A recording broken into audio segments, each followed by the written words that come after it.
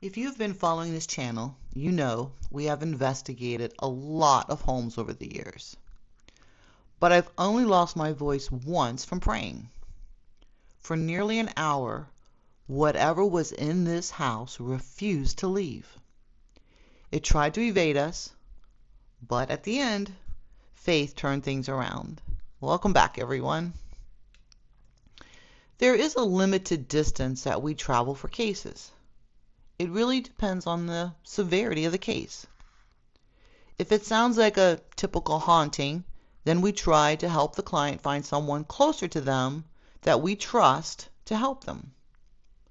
But based on what this client was reporting and the fact that children were involved, we made an exception and traveled across 2 states to try to help. The client, whom we'll call Todd, contacted us after he, his fiancée, who we'll call Beth, and their 2 young children, ages 3 and 4, moved into a new home. They'd only lived there about 4 months before strange things began happening.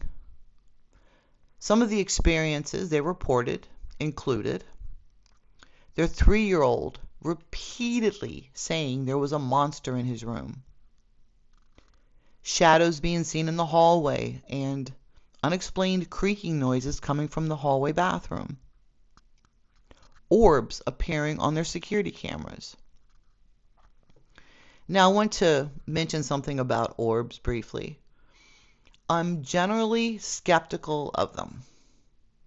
Many can be explained by dust, insects, moisture, or other natural causes. So I never consider them solid evidence by themselves. That said, over the years, I have seen a few that were difficult to explain, especially when they were enlarged and showing facial details. Also, Beth felt something touching her legs and even her chest after getting into bed at night. Todd discovered numerous beer cans that had been turned into homemade devices. One had even been hidden inside the wall behind an electrical outlet. One of the children said something struck him in the mouth while he was sitting in the living room. Todd even saw redness on the child's face afterward. Their stereo somehow crashed nearly 6 feet from the entertainment center onto the floor, even though no one was in the room. And whenever Todd and Beth tried to cuddle in bed, something would kick the bed. Before calling us, Todd tried investigating on his own. He asked questions and requested responses through knocks. 1 knock for yes, 2 knocks for no. From those sessions, he became convinced he was communicating with the spirit of a 17-year-old girl who had and was lingering in the hallway bathroom. Now, whether that was true or not, we had no way of knowing. Searches related to previous on that property did not provide any information. So we scheduled an investigation, and because young children were involved, we asked that they not be present. Beth took the kids elsewhere for the evening while Todd stayed with us. We set up our equipment and began the investigation. Surprisingly, almost nothing happened. Considering everything they had experienced, the house was unusually quiet. We invited Todd to remain with us during much of the investigation, hoping that his presence might encourage it to reveal itself.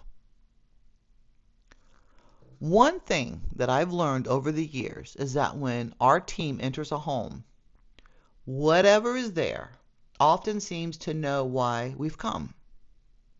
It will either start hiding from us or, as with the case Demon in the Nursery, it will try intimidating tactics.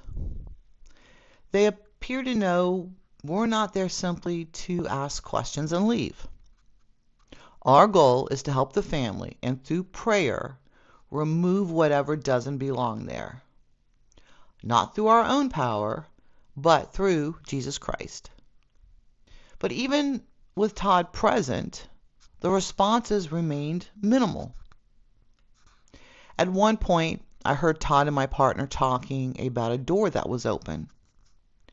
When I walked towards them, they showed me that the back door was sitting wide open. It had been previously locked, and none of us had exited that door the entire night. Was there a mass exodus? Is that why things seemed unusually quiet? But did they really have to open an exterior door to leave? Or was this just a tactic to fool us? Then something else happened that I still can't explain. Every time I walked into the master bathroom, my ears would suddenly pop, as if I were on an airplane during a rapid change in altitude. The first time, I ignored it. But after it happened again, I made a point of randomly walking in there throughout the evening. After experiencing that feeling multiple times, I became curious. I asked my partner to walk into the bathroom to see if he experienced the same thing. Nothing. His ears never changed. Now, inside that bathroom was a small access panel to the left of the toilet. I don't honestly remember what it was for. Probably plumbing. But because so much of the reported activity centered around the master bedroom, I couldn't help but wonder if there was some connection. Was there some type of entry point they were using to come and go? Were my ears popping when they either were on their way out or in? It truly was very odd. And I've never experienced anything like that before or since. So later in the investigation, as we continued to get little to no actual evidence, we decided to try something different. Since a lot of the activity was directed towards the kids and Beth, I went into the master bedroom alone, seeing if it would come after me being a female. My partner and Todd stayed elsewhere in the house. The idea was simple. I became the bait. I was to try to see if the entity would come back with just me in that room. If so, then I would call my partner to join me. I sat quietly on the edge of the bed with only a digital recorder running. I wasn't asking questions. I wasn't provoking anything. I simply waited. For over 15 minutes, nothing. Then it happened. I felt something come right up to me. It whispered something, so close that the recorder that I was holding in my hand picked it up. In that moment, the recorder captured a disembodied voice. This wasn't recorded through a spirit box or any device producing sound. It was simply captured on the recorder itself. You'll hear the voice, and immediately afterward, you'll hear me call for my partner to come back into the room. Even after all these years, I've never been able to determine exactly what it says. Headphones may be needed. Here is where I will ask you to see if you can assist. Take a listen. The disembodied voice is at the beginning of the recording. You can then hear Todd and my partner talking down the hall.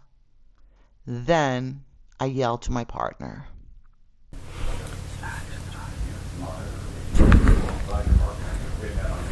Hey, Will, it's back. Come on. Okay. We were able to make out a couple of the words, but not the entire sentence. If you think you can make it out, let me know in the comments. I would love to hear your thoughts. Maybe someone out there can help solve this mystery after all these years.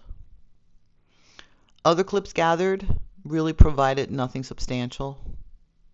But this one was interesting. Something telling us to run.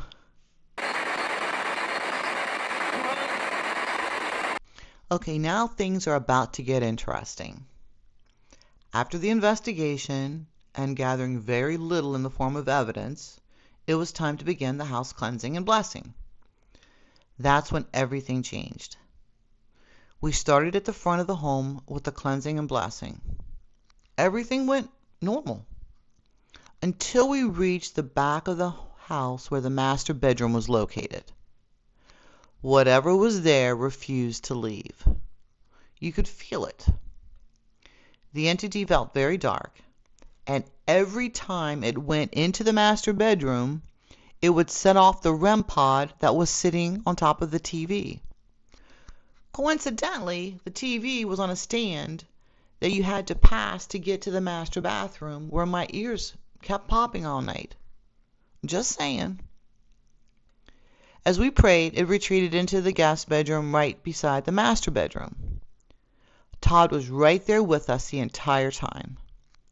So we followed, still praying. Then it moved back into the master bedroom. We followed again, back and forth. Master bedroom, guest bedroom, master bedroom, guest bedroom. The prayers we use are roughly 8 to 10 pages long. But at this point, I had already recited them multiple times. But we weren't stopping.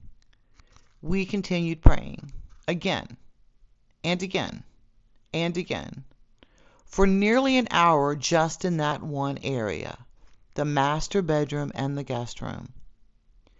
It became a battle of persistence. We simply refused to stop praying. Finally, it left.